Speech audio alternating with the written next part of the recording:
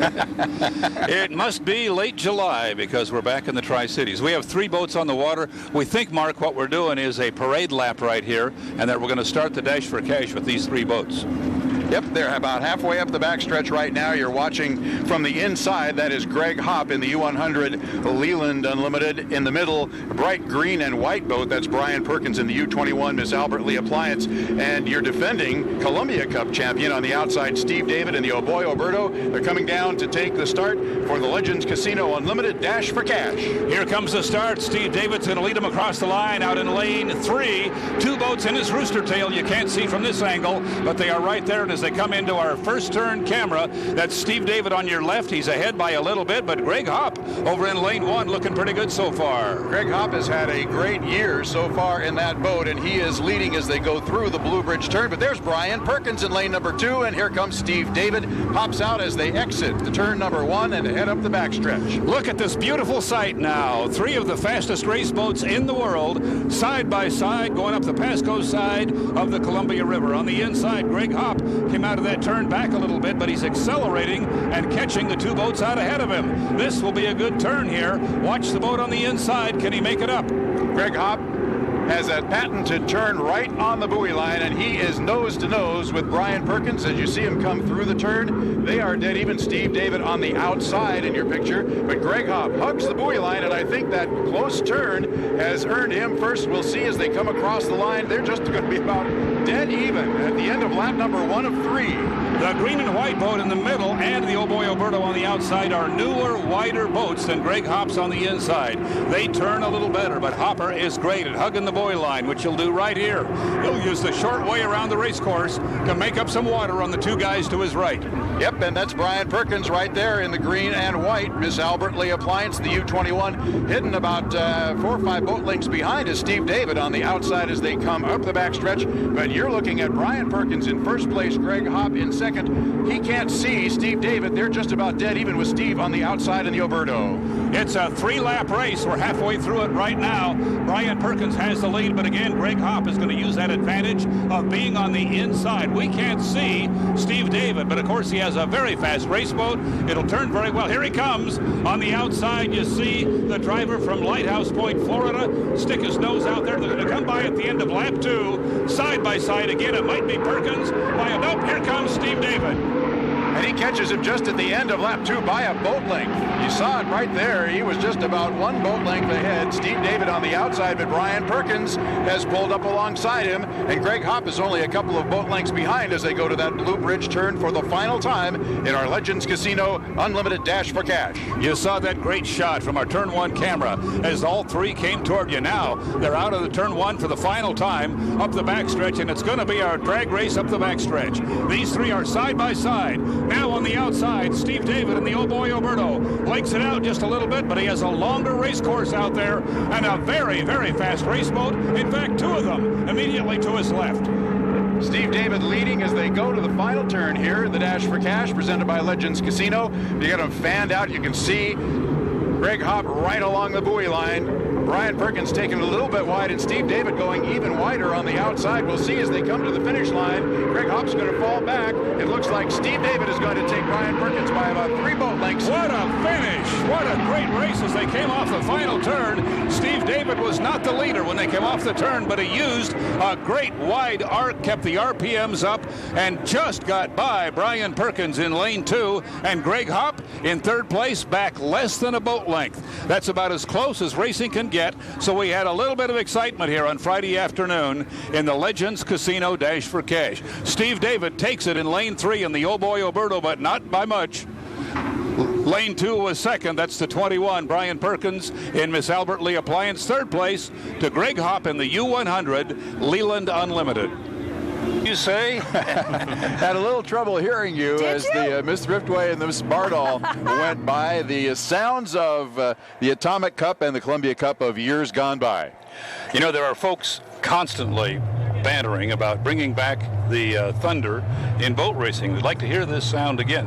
Truthfully, Mark, in this day and age, there probably aren't many places you could make this much noise and get along okay with the city. And it's probably one of the reasons old announcers like yours truly don't hear very well anymore. The thing I say most to my wife anymore is, what? I can't hear you, and it's from too many years of this stuff, but it's a beautiful sight. If you're a hydro geek like Grandpa here, who watched this stuff in the 50s and 60s, this is a scene from your childhood. And Mark, it's even more effective when you see it on television, because that's exactly the way Channel 5 in Seattle looked when Bill O'Meara was calling the races. Of course, it wasn't color. I thought the boats were all black and white. Yeah, exactly. All the boats are black and white, only one guy at a time. But a very familiar scene from years ago now is two great vintage hydroplanes, and actually these are both replicas, fairly new boats built from scratch to be very much like the boat that they represent, and they do that very, very well. That is Dixon Smith. He and his son and the family built a beautiful replica of the U-40 Green Dragon Miss Bardol. That is a beautiful sight on the water. Dixon actually worked on the Miss Bardol, the 1962 Green Dragon U-40, as a youngster, or teenager at least. Found that he wanted to bring the boat back to life, and did a great job. About 4 years ago at the Museum of Flight over at Boeing Field in Seattle, they had an exhibit called The Boats That Fly, and this was part of that exhibit. I'm going to let you go by. There's Steve Compton, and he has somebody riding with him. It's Steve Compton in the Miss Thriftway. And that's quite a story, too. There was a group called Vashon's Unlimited that formed out on Vashon Island, and their goal was to build a replica of this 1955-56 Miss Thriftway. The original was destroyed in an accident in Madison, Indiana in 56, so that one will never be restored. It's not around at all.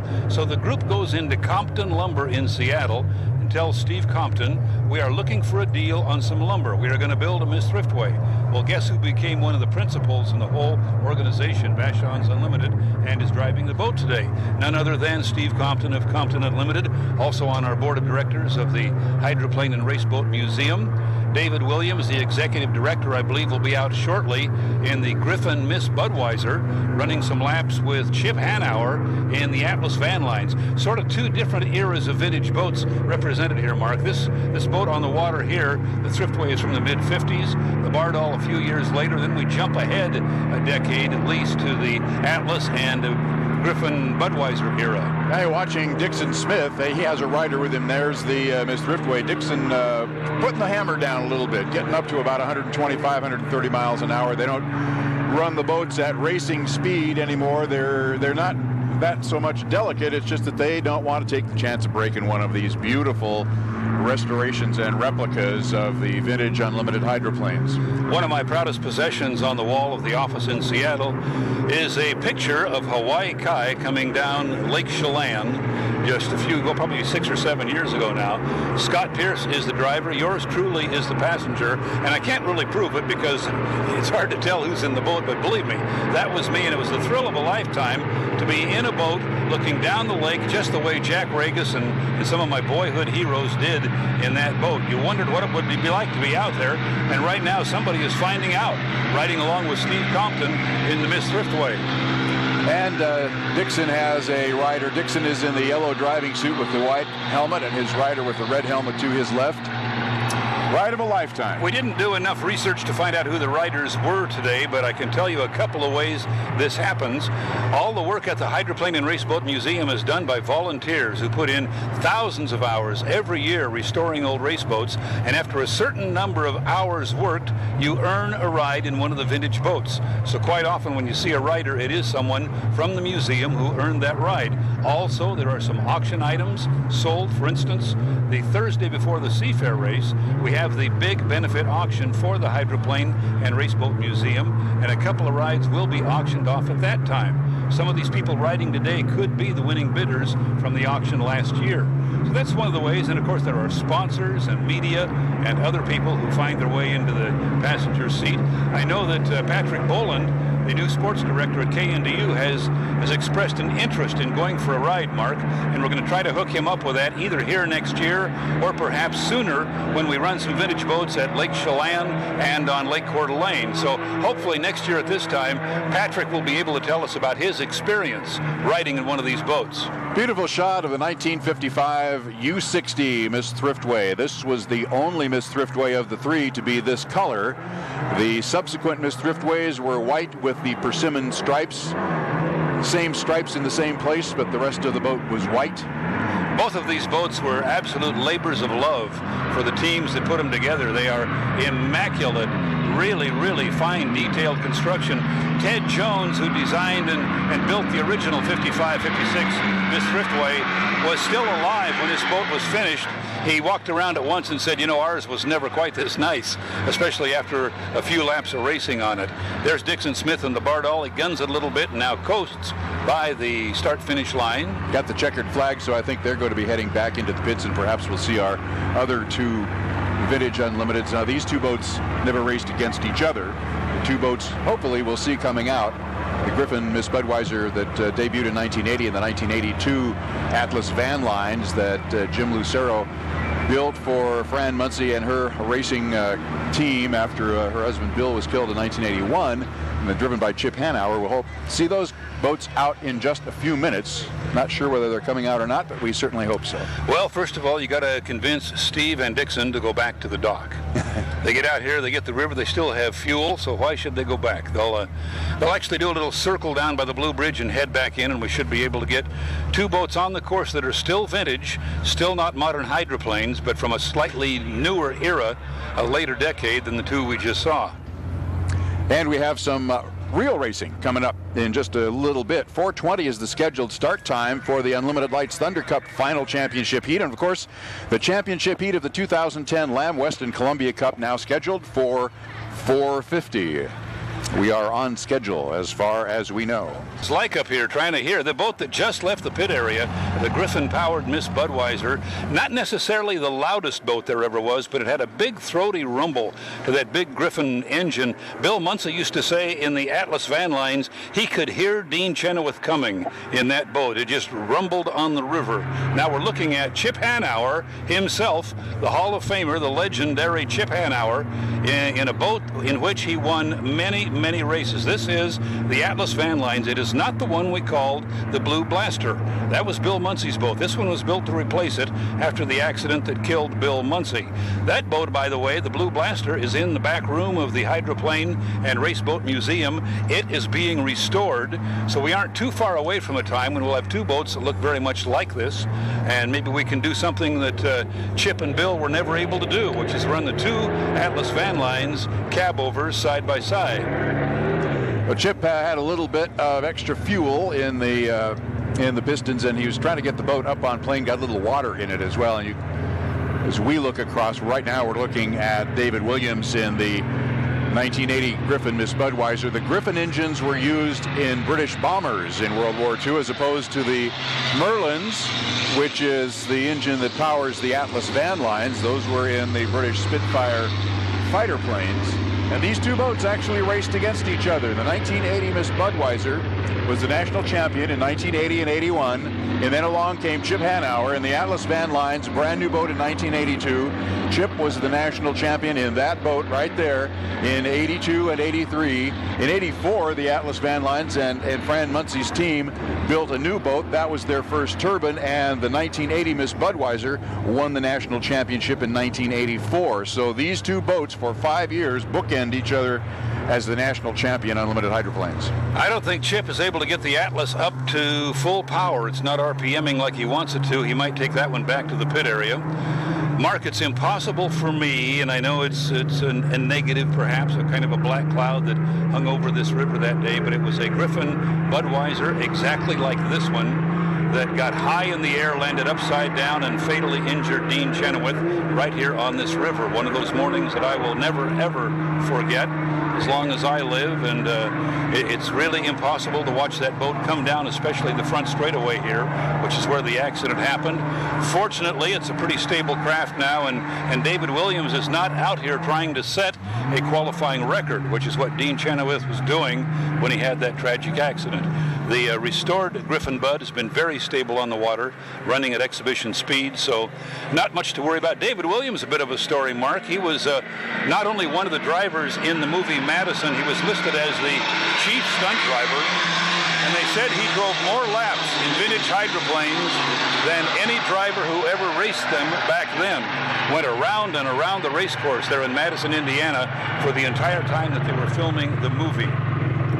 So he, if anyone, is qualified to drive these vintage boats now and take good care of them. It's David, who is also the executive director of the Hydroplane and Race Boat Museum in Seattle, and he would love to have you come by, bring the family. Seafair Week's a great time to do it, and look at a tremendous collection of boats like these. You can see another Miss Budweiser, one of the old U-12s. There is right now, I believe, the 787 is still sitting in there, which is the backup boat for the Elam team. The beautiful replica of the Miss Wahoo.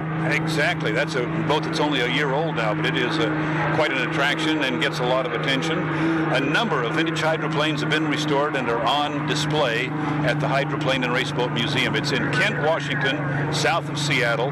The website is thunderboats.org, and if you go there, you can get a lot of information and directions, hours, etc. They can sell you a t-shirt online. Fantastic replica. David out here running by himself. Chip is dead in the water. He's kind of drifting down toward the entrance buoy to the Blue Bridge turn, but he was standing up in the cockpit. Has a pretty good view of David as he brings the Griffin Budweiser down, but I'm sure Chip would much rather be running the Atlas Van Lions. The big Griffin engine had a very unique sound to it, Mark. It didn't have quite the shrill scream that we were hearing out of the Merlins at the time, and of course the Turbo Allisons had all that supercharging on them that quieted them down, but the Griffin had a big sound to it. Never really sounded like it was revving really high, but boy did it go fast. These boats were up around 185 to 190 miles per hour, and they were among the first to reach those numbers. I was watching a documentary about World War II and British aircraft in World War II, and they had out on the tarmac an engine from one of the British, actually one of the British Spitfires, and also then later from one of the bombers. And I thought, that looks like a Rolls Merlin, and it was.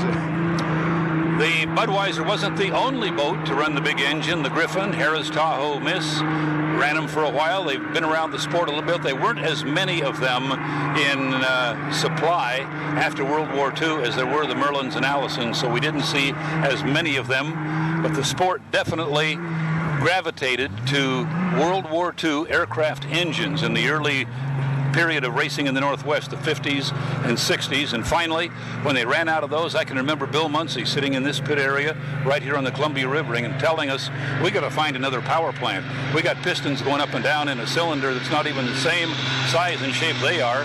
We can't find parts anymore. We can't find any more motors, and that pretty much introduced the turbine era, which is where we still are.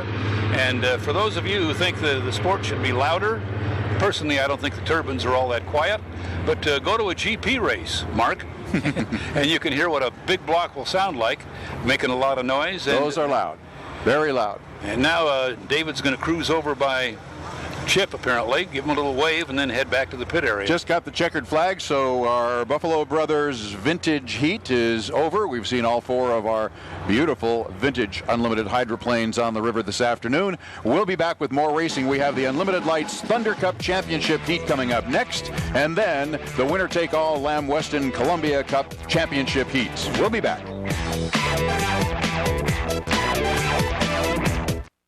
Well, we're inside 4 minutes to the start of our championship heat for the Unlimited Lights. So let's take a look at the list of the boats. There are going to be 8 of them out here on the race course. Steve Montgomery, the UL14, the yellow boat. Paul Becker's had a pretty good weekend, a win under his belt in a heat race. Didn't have to run in the B main and won his way into the final earlier. Rod Bork got in, though, with the B main with Miss Kim, the UL5, as did Smetco.com, UL20.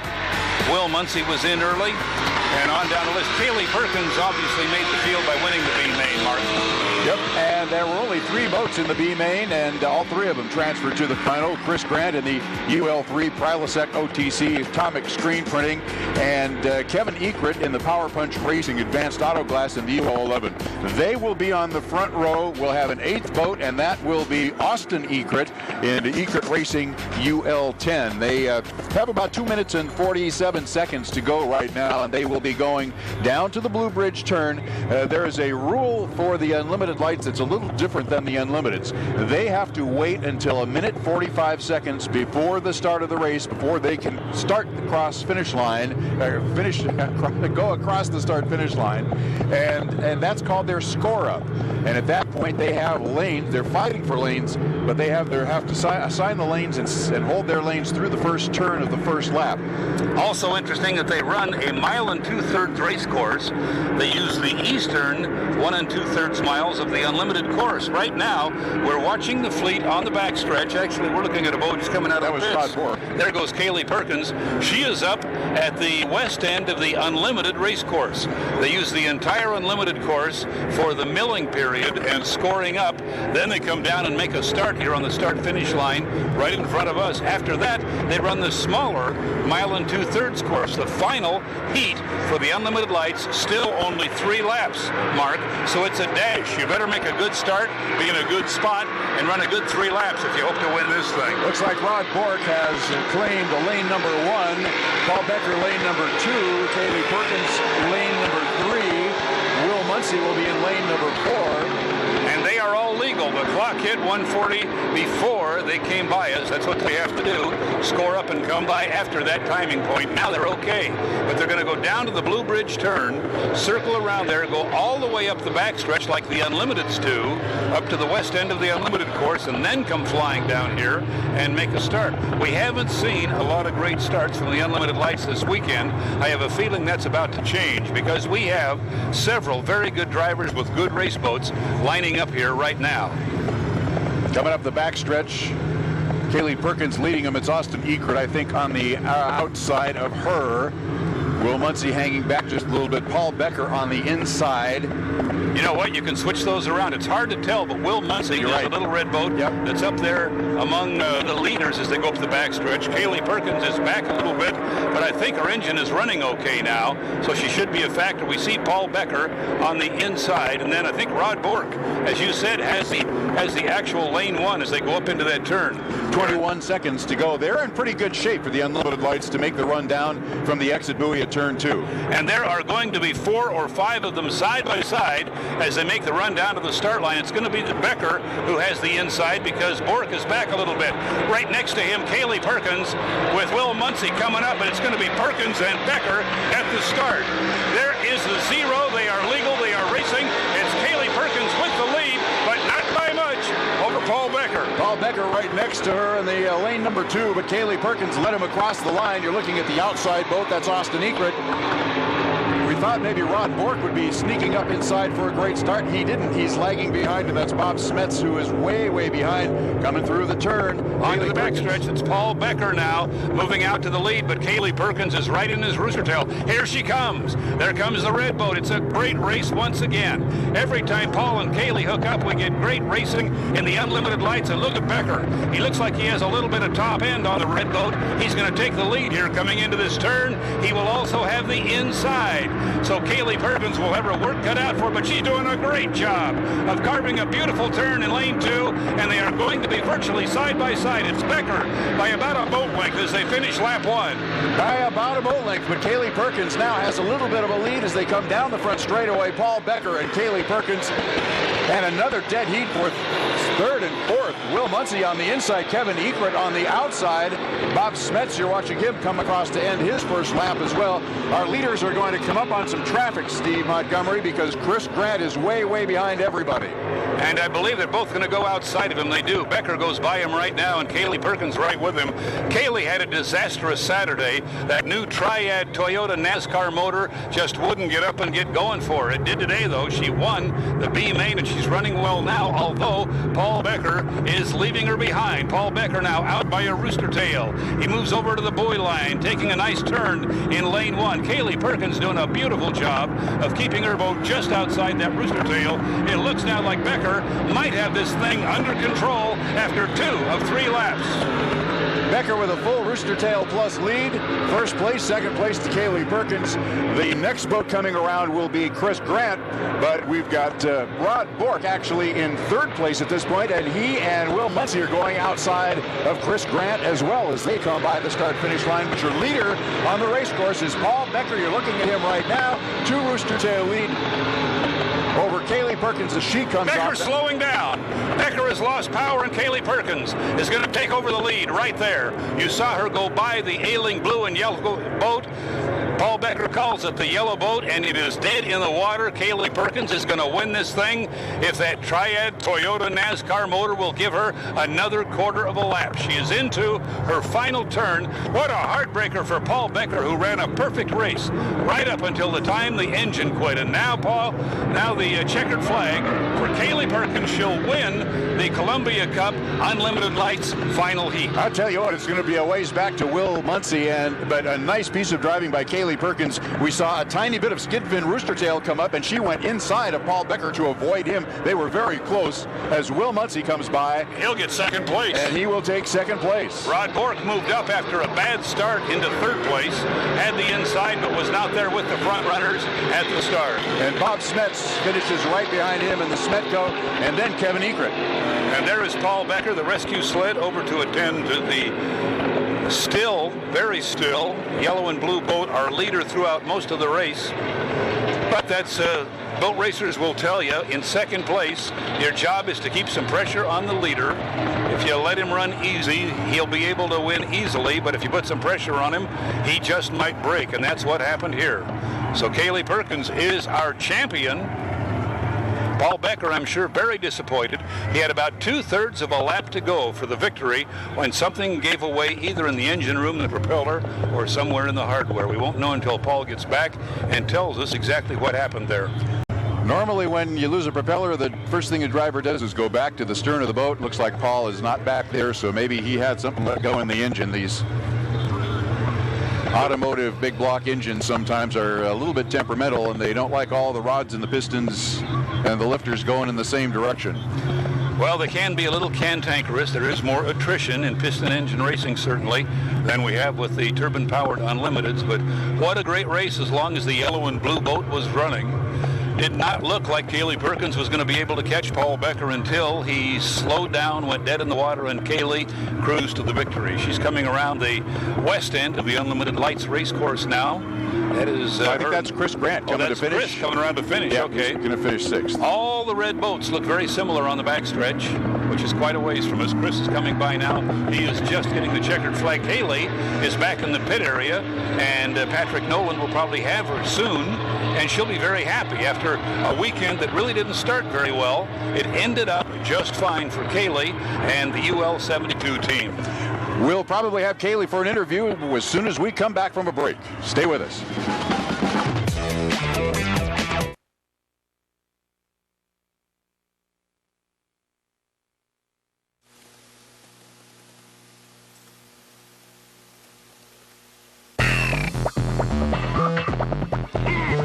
Kaylee Perkins, the winner of the Unlimited Lights Thunder Cup for 2010, and Patrick Nolan has her for an interview down in the pits. Patrick. All right, Kaylee, you get it done today. You get another Columbia Cup championship. How does it feel?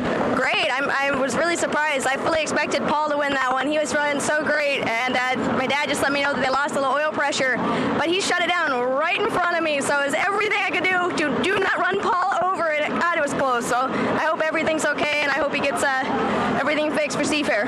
How surprising was that to you going into the end of the race?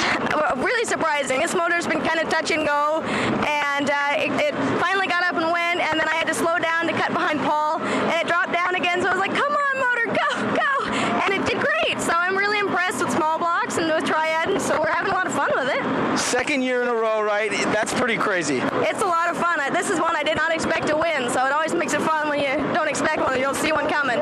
This is pretty cool, too. I mean, you're going to be testing the U1 coming up pretty soon in Seattle. Nice way to go into that, right? Yeah, it's pretty exciting. It's been a really crazy first week, and I'm sure the next two will be just as much fun or just as much more crazy, one of the two. And, of course, you're getting married next weekend. Can you finally switch the focus to that? Yes, I am so excited. Everything is all done and planned, and it hasn't been too crazy this weekend, which I'm really excited about. All right, congratulations to Kaylee Perkins, the Unlimited Light Columbia Cup champion. Now back to you guys. Thanks, Patrick. Unofficial order of finish so far. Steve Montgomery, you just saw Kaylee Perkins in the UL72 first place finish, and she takes the ULHRA Unlimited Light Hydroplane Racing Association Thunder Cup for 2010. And if you saw her yesterday limping around here with that Triad motor, it's new, it's kind of experimental, and it just wouldn't work. It really didn't look like she'd be in the winner's circle today, but there she is. Very happy young lady, and as Patrick mentioned, getting married to a boat racer, which is very appropriate next week. I think if anybody is going to marry Kaylee Perkins, they better understand boat racing. I think you're right. Second place to Will Muncie in the 00 atomic screen printing warningpower.com. Third place to Rod Bork in the UL5, the Miss Kim. Fourth place to the UL20, Bob Smets and Smetco.com. The UL11, Power Punch Racing, Advanced Auto Glass, Mr. Ekrit in that cockpit. And sixth place went to Chris Grant. Limped around a little bit, but he finished sixth in the UL3. And as you saw, Paul Becker dead in the water, now being towed back to the pits, and he is a did not finish. So there's the results for the Thunder Cup for the Unlimited Lights. One more race to go, and it's coming up in about 20 minutes. I'm here with Unlimited Light driver Paul Becker. Paul, looked like you had it in the bag until the very end. Kind of tell us what happened. Well, things were looking pretty good, and then bridge turn got another boat. I hit a couple really massive hard swells, and it's a pretty brutal ride, and my idiot light comes on, and it's really only about that big, but when it comes on, it's about that big and tells me I've either overheated and I haven't got any oil pressure. I looked up, and the oil pressure was zero, so I reached up and shut it off. We lost the oil pump drive belt. You kind of describe, obviously, a huge change of emotion. You're looking to win it, and then that happens. Well, it's like anything else. You don't count your chickens for the hatch. And we were going to go out there and give it our best shot. We were hoping to win it. I'm just disappointed that we may have had a failure that might have been involved a human, and we may not have gotten it just right before we left. So that's preventable, and that's sad, but things happen. This is racing. Is, I guess, a consolation that it's an easy fix, you know what's wrong, and you can get it ready for the next race? Well, if I can figure out exactly what caused it, yes. But it's a new motor. I hope we didn't hurt it. I don't think we did. But we'll be ready for the next race. We have another bullet in the truck, so. All right, thanks, Paul. Tough race for Paul Becker today in the Unlimited Light final, where Kaylee Perkins was, of course, the winner. Back to you guys.